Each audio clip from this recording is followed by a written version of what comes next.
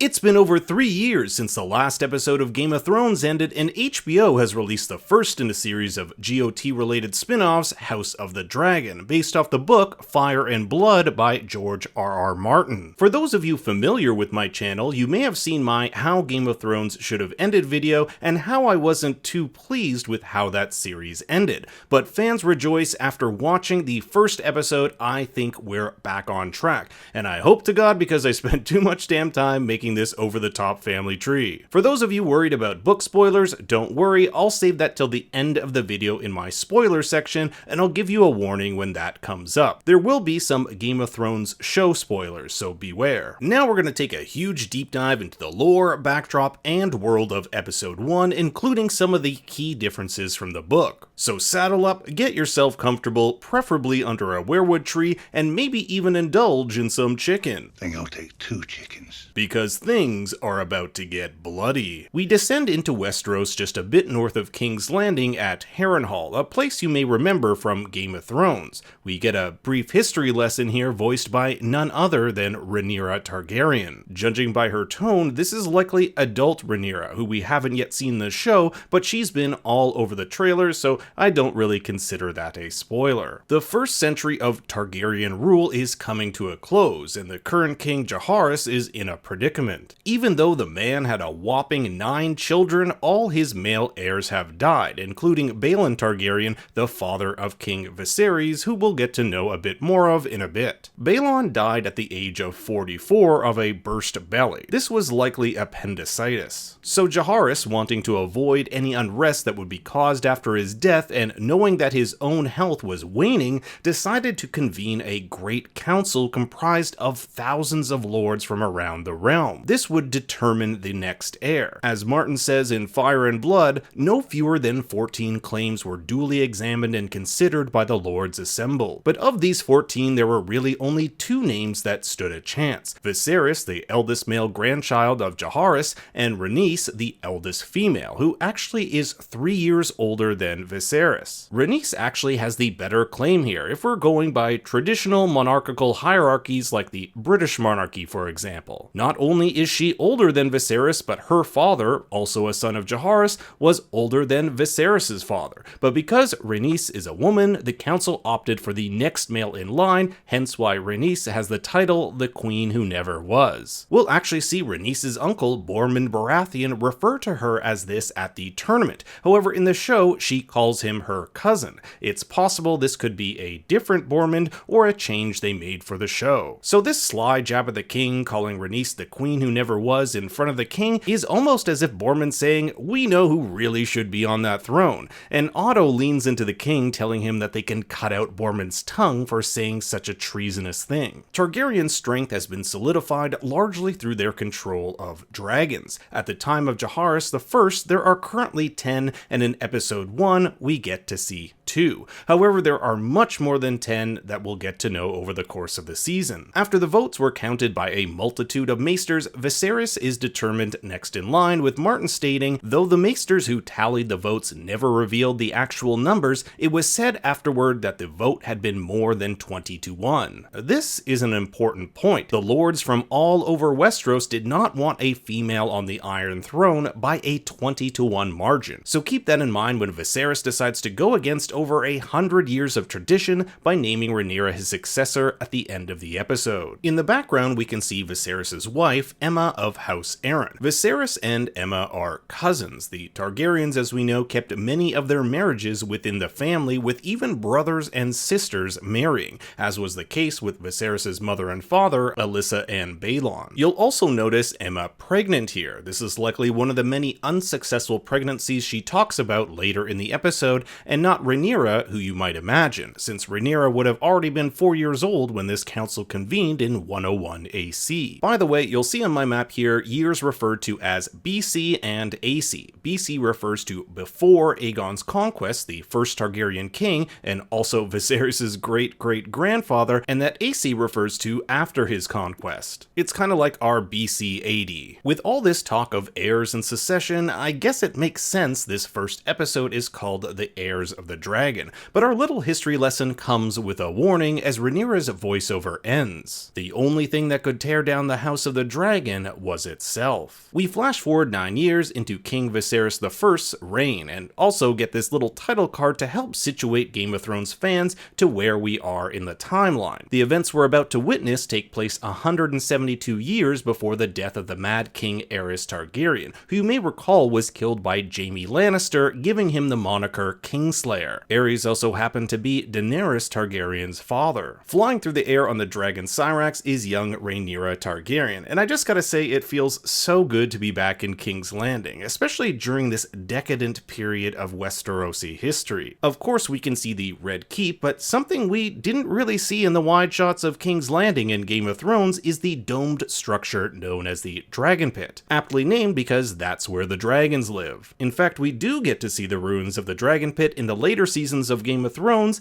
it having fallen into disrepair because until Daenerys came along, there were no more dragons to take care of. Rhaenyra dismounts her dragon where her friend Alicent Hightower awaits. Alicent in the books is supposed to be roughly 10 years older than Rhaenyra, but for the show they've made them around the same age. I think this works quite well as it adds to this loving sisterly friendship they're developing. We also get our first look at Sir Harold Westerling, Lord Commander of the Kingsguard who keeps watch over the princess. They're quite far from the keep as we get these sweeping vistas showing just how far the Dragon Pit is from it. These dragon tamers, a job I wouldn't want, speak High Valyrian to Syrax, something we'll also see Rhaenyra and her uncle Daemon speak to each other in. It's kind of a dead language used mainly amongst scholars and nobles. One of its most famous words, Dracarys, meaning dragonfire, was used by Daenerys in Game of Thrones, and which we'll see Rhaenyra use to command Syrax to burn her mother and brother's funeral pyre. If any of you are interested, you can actually take lessons and learn how to speak High Valyrian and become a virgin like me. The differences between Alicent and Rhaenyra stand out from the moment we see them.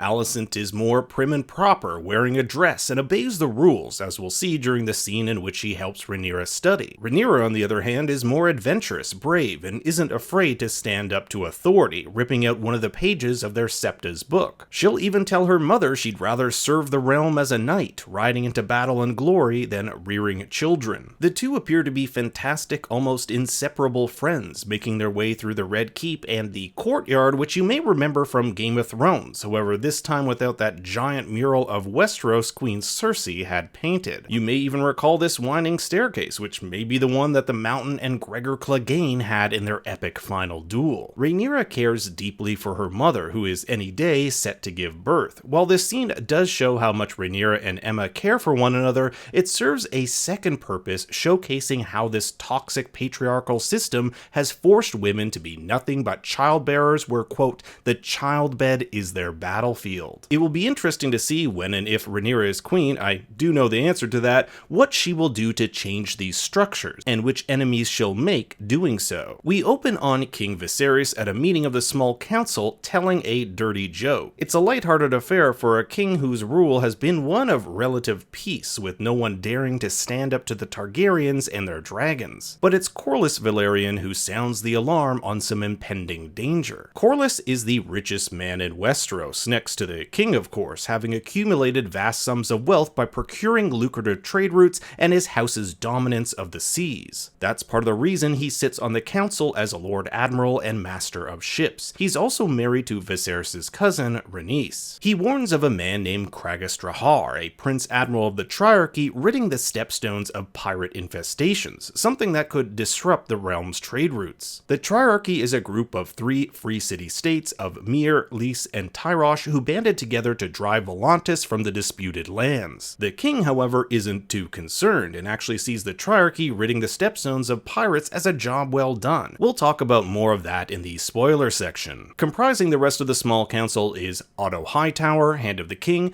Grand Maester Mellos, Lord Beesbury, Master of Coin, and Lionel Strong, Master of Laws. Not present, Daemon Targaryen, Viserys' brother, Commander of the City Watch. Rhaenyra is also here as the king's cupbearer, allowing her to gain valuable insight into how her father conducts business as king, something that will be a valuable asset to her as queen. This whole scene allowing Rhaenyra to listen in on conversation made me think of Game of Thrones, where Arya, pretending to be a boy, poured wine for Tywin Lannister. Lord Beesbury's concerns center around his large investment in Daemon's overhaul of the city guard. They have all new equipment and fancy gold cloaks. Although Daemon is loved by his men, his style of enforcement, as we'll later see, is bloody as hell. What's important to note here is that it seems all these men have their own interests and not necessarily the king's own interests at heart. There's a lot of subtle politicking going on here, my favorite being when Corlys denies wine being poured into his cup as silent protestation for the king not heeding his warnings. But before we can delve further into this, the king wants to focus on what he calls the Heirs Tournament, a grand tournament with nobles from all around the realm to celebrate the soon-to-be birth of his son. In the books, this tournament occurs in Maidenpool and was actually to celebrate King Viserys' ascension to the throne, not the birth of his son. From Rhaenyra's perspective, it seems all her father cares about is having a son. After all, it is his duty as king to provide a male heir, which has subsequently put Rhaenyra on the back burner and hindered their relationship. At the funeral of her mother, Rhaenyra will say,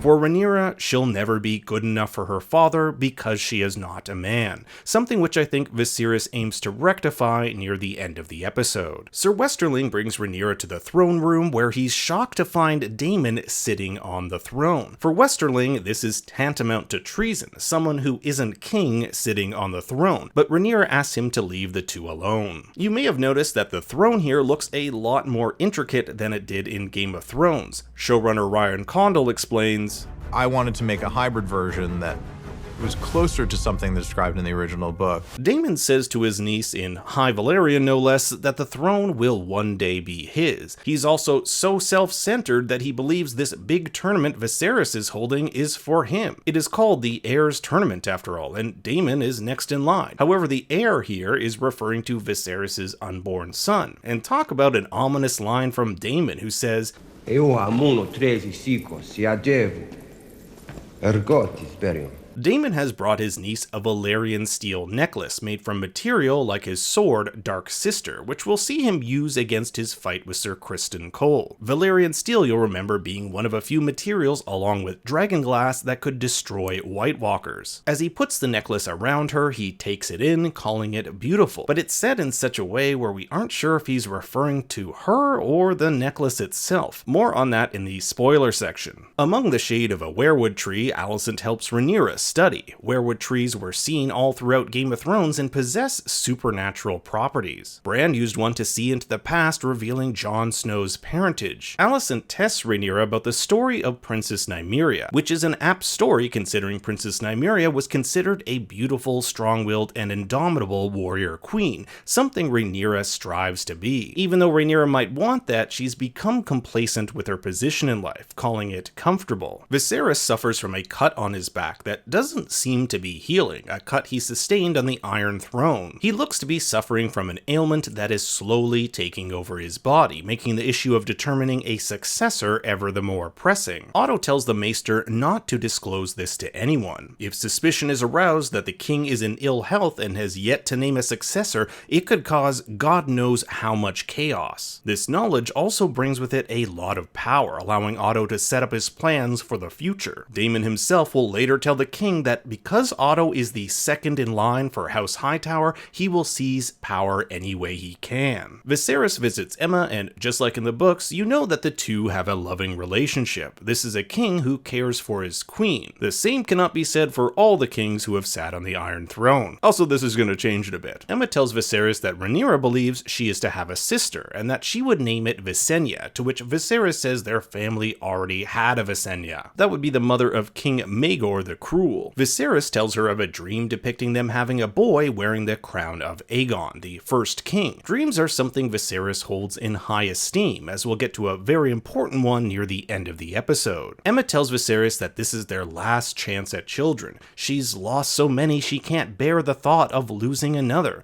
not to mention the toll that it's had on her body. She apologizes for failing him in providing a male heir, but hopefully this new child will be their miracle. As commander of the City Watch, we we see just how Daemon plans to run things, commanding his men to slaughter criminals with no real trial. If this is how he runs this small group of men, what would he do with the entire realm at his control? In Daemon's mind, he's simply enforcing the king's laws, and with hundreds of nobles descending upon King's Landing for the upcoming tournament, he's ridding the streets of criminals and doing his brother a favor. Here, we can start to see some of the divides within the small council. Corlys supports Daemon and his strict rule, while Otto sees it as overstepping his bound. What I thought was the most interesting back and forth was this. I agree.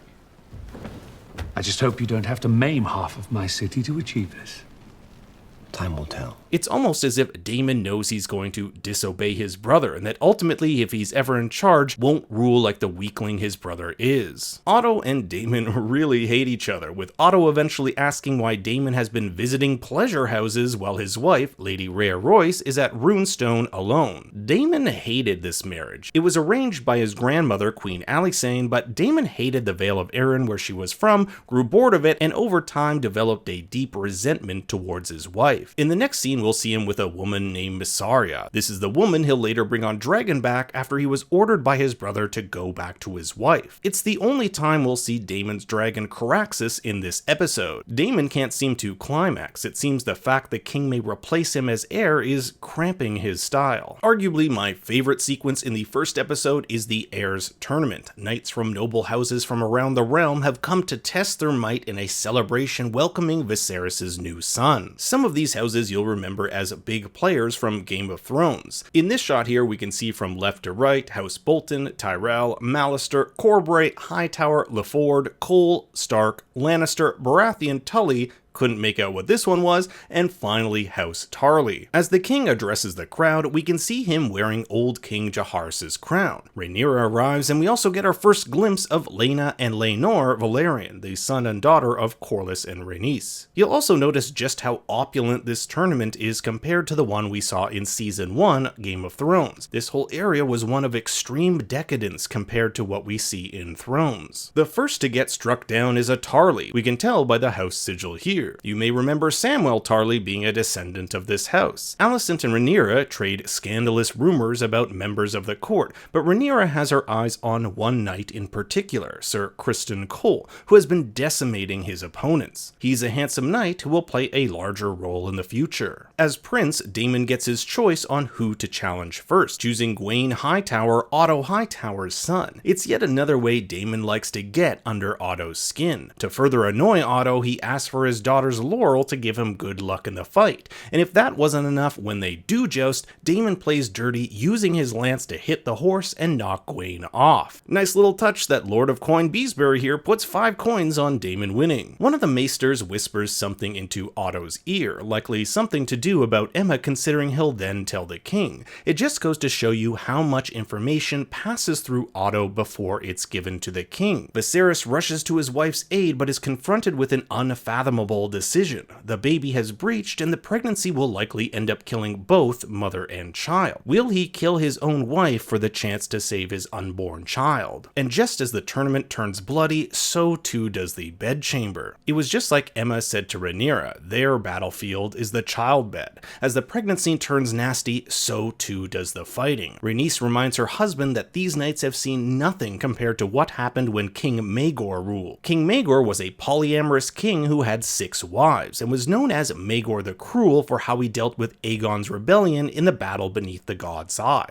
but that's a story for a different video. The tournament culminates in a big battle between Sir Criston Cole and Prince Daemon Targaryen, both men landing blows on the joust and ultimately fighting on foot in a contest of arms. The fight here is pretty faithful to the book, with Criston besting Daemon with his Morning Star. Criston asks Daemon to yield, which he does, but he never says the word. He won't even accept Criston's hand to get up, just showing what a bad sport he really is. Criston asks for Rhaenyra's favor, which she gladly gives. This won't be the last time we see these two together. The birth scene is arguably the most horrific part of the first episode, with Emma having no say in what's to happen to her body and child. Viserys, without even telling her, has her pinned down and operated on. I guess I should take back saying they have a good marriage. While Emma does not survive the ordeal, the baby does, at least for a day, with Viserys naming him after his father, Balon. Members in the royal box are slowly alerted to the news. It's been a bloody day both on and off the battlefield. At the funeral, Rhaenyra is a mix of emotions. She's just lost her beloved mother, brother, and is left feeling inadequate because she'll, quote, never be a son to her father. She'll command Syrax to burn the pyre. Now you might ask yourself, where is Viserys' dragon, and how come he didn't get to burn the pyre? Viserys' dragon was Balerion. We'll see the huge skull of Balerion later in the episode. After the dragon died of old age, Viserys never bonded with another dragon, hence why we don't see him with one. With the death of the queen and would-be heir, Otto convenes an emergency meeting with a small council, believing it of the utmost importance to discuss secession in order to avoid instability. While Otto is thinking practically here, he's failing to consider the emotions of the king, who has just lost his wife and child, something that comes out in a great performance here by Paddy Considine. Prince Daemon eavesdrops from a side room as the members bicker over who should secede, and really it's down to two people: Prince Daemon, the next male in line, or Rhaenyra, the only living blood of Viserys. If the king chose Rhaenyra, he'd be going against 100 years of precedent. It's basically a repeat of the decision Jaehaerys had to make: female heir with a better claim or male with a weaker claim. This time, however, instead of convening a great council, Viserys will make the decision on his own. Daemon does not believe his brother has ambitions for the throne, and at this time cannot make the decision between his brother and daughter, but this will soon change as Otto hears word that the night of the wife's funeral, Daemon was in a brothel calling the king's dead son the heir for a day, celebrating his death. This will be what eventually sways Viserys to name his daughter as successor. And you gotta give a hand to Corlys here, who's like, hey, my wife was almost queen, maybe we should consider her again, but that's quickly shot down. Otto is seen sending a letter off to Old Town, where his house is from. Perhaps it's news about the king, or maybe something more nefarious. Otto has called in his daughter and wants her to keep the king company during these sad times, but really what it looks like to me is a ploy for his daughter to get close to a king who is now without a queen. He even asks her to wear one of their mother's pretty dresses. In the book, this may not come across as abrupt and calculated, as Alicent had cared for Viserys' grandfather, King Jaehaerys, in his final years,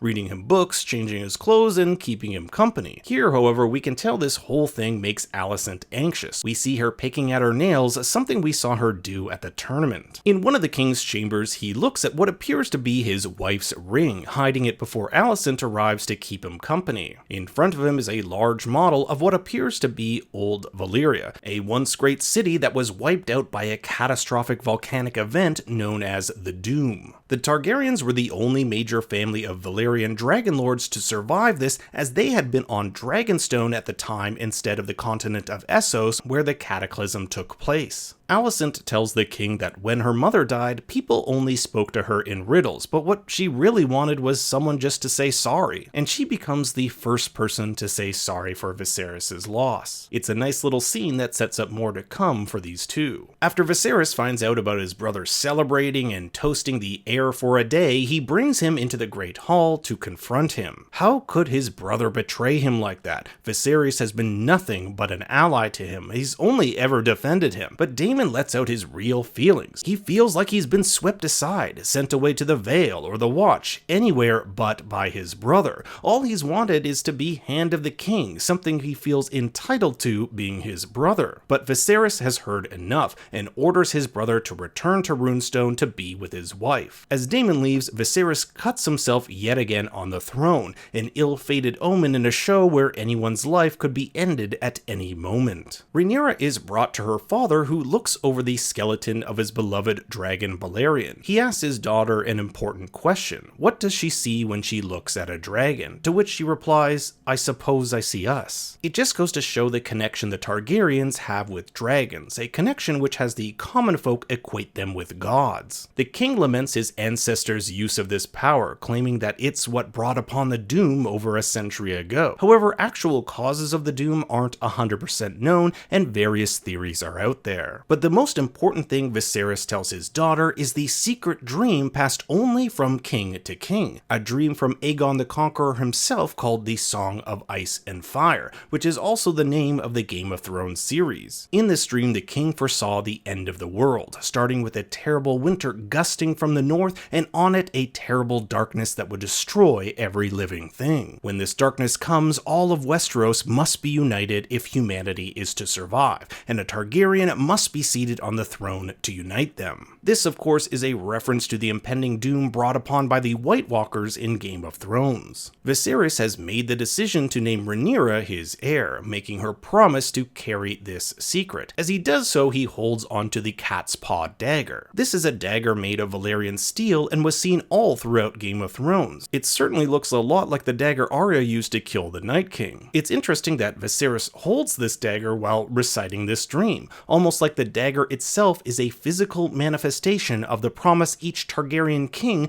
makes to one another to keep the dream alive. The dagger therefore becomes both a warning and reminder of the impending winter and darkness to come. It also becomes the very thing that kills the darkness. In the Great Hall, Viserys has amassed the Lords of the Realm to swear allegiance to him and his newly appointed heir, Rhaenyra. Highlighted are Corlys Velaryon, Hobart Hightower, Bormund Baratheon, and Rickon Stark of Winterfell, an ancestor of Ned Stark. The episode ends with Rhaenyra, the anointed heir, and next in line to become the Queen of the Andal, the Rhoynar, the First Men, Lord of the Seven Kingdoms, and Protector of the Realm. Now we get into a little book and trailer spoiler section, so if you don't want to be spoiled, throw your computer out the window. Early on in the episode, Rhaenyra's voiceover talks about the only thing that could tear down the House of the Dragon was itself, this referring to the Dance of the Dragons, the civil war which will break out pitting Targaryen against Targaryen, namely Rhaenyra and her half-brother Aegon II, who hasn't even been born yet. Aegon II is the son of Viserys and Alicent Hightower. The two will get even closer after we saw them together in this episode, and Mary starting a rift between her and Rhaenyra, who seemed best friends in the first episode. It's King Viserys' death, which it seems they're setting up with this unhealable wound,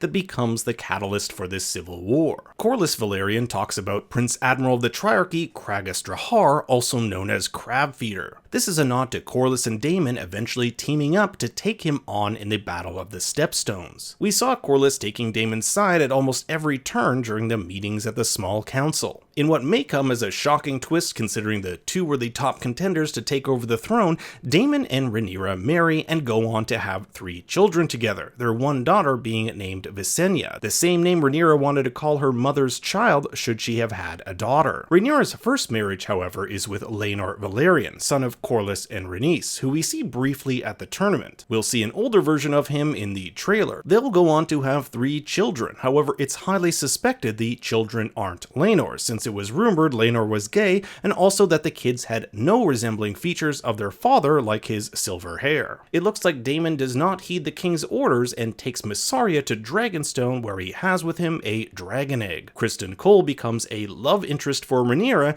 in the book even becoming her devoted knight. However, the book offers varying accounts on why Kristen ends up teaming up with Alicent Hightower. It will be really interesting which version the show ends up depicting. I love the show's use of Alicent in a green dress here, foreshadowing the eventual split at court between the factions, the Greens and the Blacks. If you want a more detailed version of that, check out my House of the Dragon trailer breakdown, which I'll leave a link to in the description. We'll later see adult Alicent use that very cat's paw dagger we saw Viserys hold against Rhaenyra, likely as vengeance for one of Rhaenyra's kids cutting out the eye of one of Alicent's. I realize that it's getting super late. I'm writing and doing this as the show comes out, and the video is getting way long, so maybe next week I'll actually end up doing 2 videos, one breakdown and one preview with spoilers for the season to come. If that sounds like a good idea, let me know in the comments below. Thanks for watching, everyone. Be sure to like and subscribe, and for more bad takes you can follow me on Twitter and Instagram at ThinkStoryYT.